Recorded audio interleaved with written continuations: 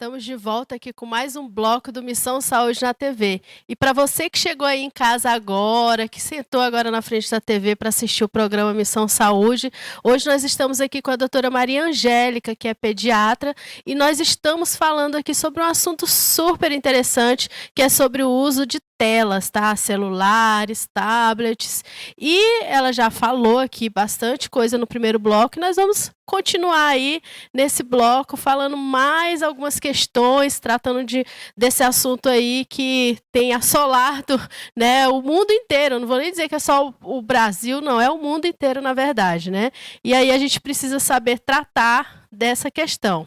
E, doutora, quais são as repercussões físicas, né, em relação ao uso de telas? Isso é uma pergunta, assim, que muitos pais, muitas pessoas têm se feito, né, na verdade. E aí eu queria que a senhora falasse um pouquinho para a gente a respeito disso. Algumas a gente já tem noção, mas outras, às vezes, os pais, né, a família nem sabe, né, disso. Então, fala para a gente. Então, assim, eu vou tentar enumerar de uma maneira cronológica, tá? Então, vamos pensar no bebê. O que a gente pode ter de repercussão física no bebê que é estimulado precocemente com tela? Quando eu digo precocemente, abaixo dos 2 anos. Então, o bebê está em formação, tanto neurológica quanto de estruturas como o olho, por exemplo. A gente já tem casos que relatam miopia precocemente, porque o olho fica forçando tanto que ele se torna míope por conta do esforço de assistir televisão precocemente. Então, do bebê seria isso. Uma outra coisa que acontece muito no bebê, que eu já mencionei aqui, é o atraso de fala, porque ele fica muito passivo no momento que ele precisa estar ativo para desenvolver a linguagem. Então, a gente tem inúmeras crianças que chegam no consultório com 2 aninhos e que falam só 2 palavras. Então, a gente... Isso é uma das que é mais frequente que eu tenho no consultório, é esse, sem dúvidas, nessa faixa etária. Caminhando um pouquinho mais, então, quando a criança começa já a entender, a falar e está com o uso excessivo de telas, a gente pode ter distúrbios psiquiátricos, né? Muita ansiedade, criança com distúrbio de sono, como eu já mencionei aqui. Tá? Outras coisas que a gente vê muito obesidade, porque a criança perde momentos que ela poderia estar fazendo atividade física mesmo, né, que gera um maior gasto calórico para estar ali sentada assistindo uma televisão. E, assim, se a gente for enumerando, a gente não para mais, porque realmente esse é um campo de pesquisa muito atuante na nossa realidade acadêmica, assim, e que tem saído coisas. Em cada congresso que eu vou, eu tenho assistido muito essas palestras, porque eu tenho trazido isso até para o consultório. Quem é meu paciente sabe que eu alerto sempre isso no consultório, os limites, porque a gente não sabe os limites, né? E uma vez, eu não sei se você já ouviu, eu acho que com certeza, mas eu estava vendo uma neurocientista falando que quando a criança está ali e ganha o joguinho e tal, libera dopamina, que é um neurotransmissor responsável pelo vício, né, de cocaína, por exemplo. Então, toda vez que libera, mais dopamina, e a pessoa fica viciada. Exatamente. Por que a criança, né, ela vicia mais? Eu acho que é exatamente esse o mecanismo, né? A criança, porque o estímulo é gerado e é prazeroso, só que é um prazer momentâneo. Então, a criança, ela não tem a maturidade para saber que naquele momento aquilo é bom e no outro momento não vai ser. Então, a dependência gerada na criança é maior, é mais fácil de acontecer a dependência na criança. Por isso que você vê vários vídeos de mãe no avião, né? Na hora que tem que desligar, faz aquele escândalo ali. Vocês já viram, né? Várias... Já vi. Impressionante não, isso. E eu já vi vários locais mesmo assim, vamos dizer assim, não só na TV ou na internet, não. No dia a dia. No dia a dia mesmo, assim, de você ficar assim, de boca aberta, né? Com os escândalos em supermercado, em vários locais públicos, assim, onde a mãe pega o celular e a criança faz o maior berreiro, né? É triste, a gente não sabe mais, não tolera mais a criança poder reclamar um pouco. E a criança também, ela não aceita a frustração de não poder fazer o que ela quer. Então, vira um ciclo assim que as famílias sofrem muito. E tem outra situação muito comum é chegar no meu consultório e falar assim, mas ele só come olhando a tela.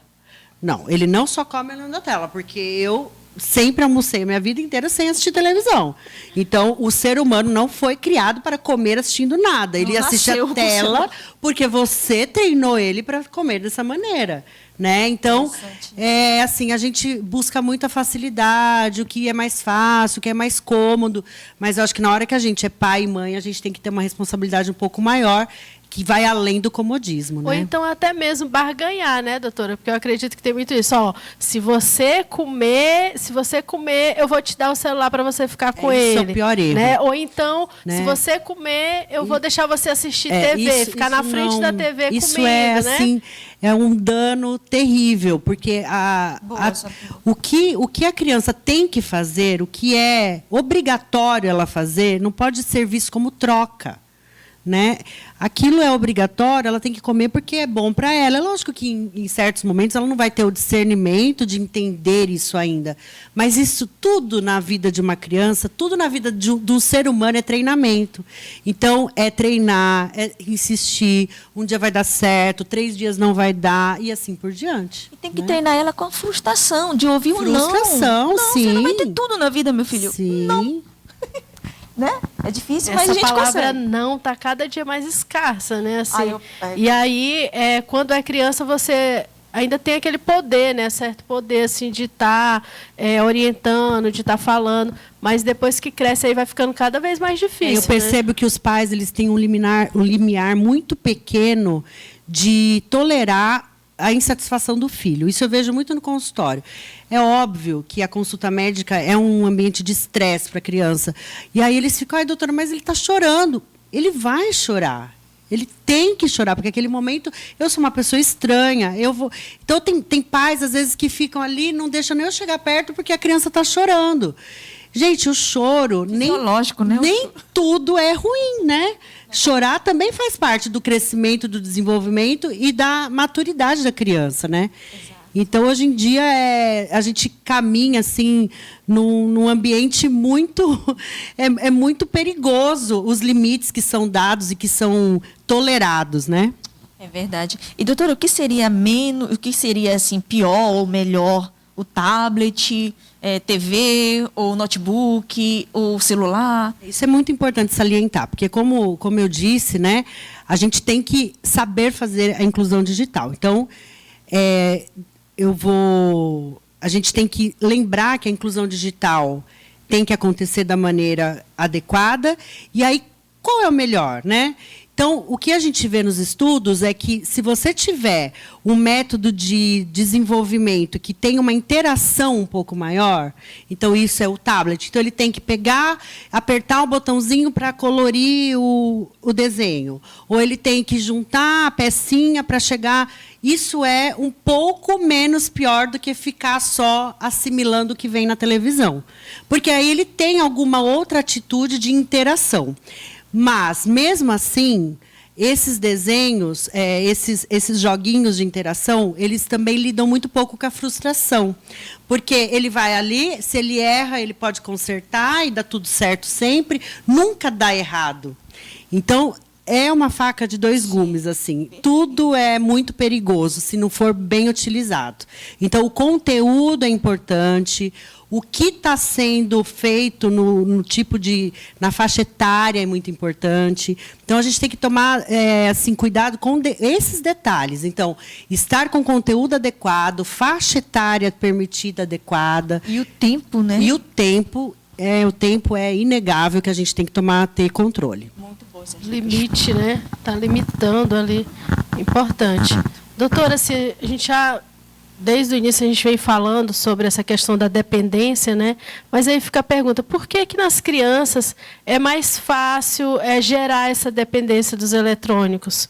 Só para a gente deixar isso bem claro, assim, porque às vezes os pais não entendem, né, essa questão. Acho que não vai acontecer. Acho que não. Acontece Tanto não vai acontecer que acontece todos os dias e entrou no Código Internacional de Doenças, a dependência por jogos eletrônicos. Interessante falar isso, viu? Então, explica só para que quem está em casa entenda o que é isso, Código Nacional de Doenças, o CID. Explica para que eles possam entender o grau, o nível disso, né? O dessa nível questão. do problema, né? Que o buraco está muito mais embaixo do que a gente imagina, né? Então, assim, o que está acontecendo? Isso, a realidade desse problema está tão evidente, ela está sendo tão comum nos consultórios pediátricos e psiquiátricos também, que foi inserido no Código Internacional de Doenças, que é o que a gente conhece pela sigla CID, que é um código que norteia e cadastra todas as doenças mundialmente, né? Foi inserido a dependência de jogos eletrônicos. E a gente usa esse diagnóstico para crianças também. Então, são crianças... Por que a dependência do meio eletrônico, ela está aberta aí a qualquer pessoa, óbvio, que tem adultos que também são viciados em jogos e em outras coisas também. Mas a criança, como eu disse anteriormente, ela não tem a maturidade ainda de bloquear e falar, não, isso aqui está demais. Ela não tem essa maturidade. Ela não tem essa maturidade psíquica. Então, a criança é muito mais fácil tornar-se dependente do que uma pessoa que tem um pouco mais de consciência. Muito interessante, né? E, doutora, explica para quem está nos assistindo qual seria a recomendação do uso dessas telas de acordo com as faixas etárias. Então, vamos lá, vamos à cereja do bolo. Né? Acho que todo mundo esperando. Verdade, todo mundo Presta quer atenção saber na dica aí, né? Todo Tá mundo em está casa, esperando quer essa saber. dica. Então, quanto eu posso deixar, né? Então, vamos lá. Essa vai arrepiar muitos telespectadores aí. E eu agradeço essa dica também, que eu vou anotar aqui. Então, vamos lá. Vocês que têm crianças e adolescentes em casa, pega o caderninho, vamos anotar, porque isso é importante. Então, de 0 a 2 anos de idade, a recomendação da Sociedade Brasileira de Pediatria, através de um documento que está disponível na internet, no site da Sociedade Brasileira de Pediatria, todos podem ter acesso. De 0 a 2 anos é 0 de tela, tá? Então, é 0. É fácil fazer? Não, não é. Eu tenho um bebê de 2 anos, depois eu vou contar a história do Gabriel, tá? Então, é 0. Então, como a gente fala 0, não é para ficar neurótico e estar na casa de alguém, estar passando uma TV ligada lá e briga com todo mundo, vai embora. Não é isso. Mas quando eu falo 0, é na sua rotina, na sua casa, com a sua babá, ou com a pessoa que cuida do seu filho, ou com você. Você não ter aquele momento, agora é a hora do desenhinho. Então, de 0 a 2 anos, não é para ter rotina de tela. De 2 anos até 5 anos, o indicado é até, no máximo, 1 hora. Tá? Então, olha só, gente. Estou vendo se eu estou me encaixando aqui. Tá? Eu recebo crianças no consultório com menos de 2 que assistem 4, 5 horas por dia. Tá? Então, vamos lá. De 2 anos até 5 anos, 1 hora. De 5 anos até 11 anos, 2 horas. Ai, graças a Deus. E acima de 11 anos, de 12 anos até 18, são os adolescentes, 3 horas. Com algumas ressalvas. Nunca, em hipótese nenhuma, deixar perder o sono. Então, não pode virar à noite, tá? Por conta das coisas que a gente já comentou aqui. E sempre com controle dos conteúdos disponibilizados. Muito importante essa dica, né? E muito importante. Eu estava vendo aqui se eu estava me encaixando, né? Encaixou? Encaixou. E, inclusive, com o meu mais velho, eu sou mais rigorosa. Eu deixo só 1 hora. Só que quando a mamãe tá, que é os avós, oh, meu Deus do céu, aí a briga é porque os avós liberam. Mas, graças a Deus... Mas eu acho importante a gente deixar respeitando esses limites. Sim. Porque esses limites, eles são condizentes até com o conteúdo que a gente pode liberar. Então, para um adolescente, se deixar 3 horas, ele vai conseguir assistir um filme inteiro. Então, eu acho que tudo isso é determinado por um grupo de estudos que foi feito o que pode ser e não vai causar nenhum dano.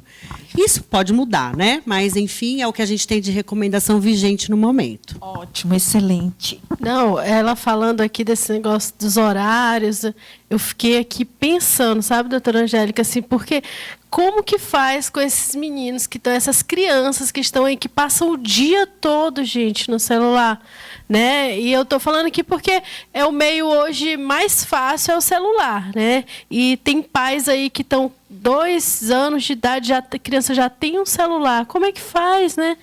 São questões assim terrível. bem difíceis, né, Eu de acho lidar. que é um dos grandes desafios da maternidade moderna, das famílias modernas, é isso.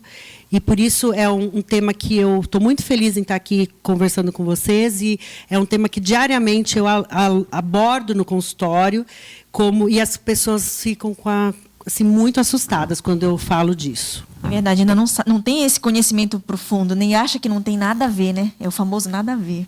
Não, e na verdade, assim, quando a gente discute, muitas coisas aqui que a gente discute no programa, é aquela coisa, né? Corta aí para vocês e corta aqui pra gente também, né? Porque eu pego muitas dicas aqui, muitas situações que a gente, mesmo sendo da área da saúde, a gente escuta e tudo, mas quando vai aprofundar algumas situações, a gente se coloca na mesma questão, no mesmo patamar e no mesmo nível, tá?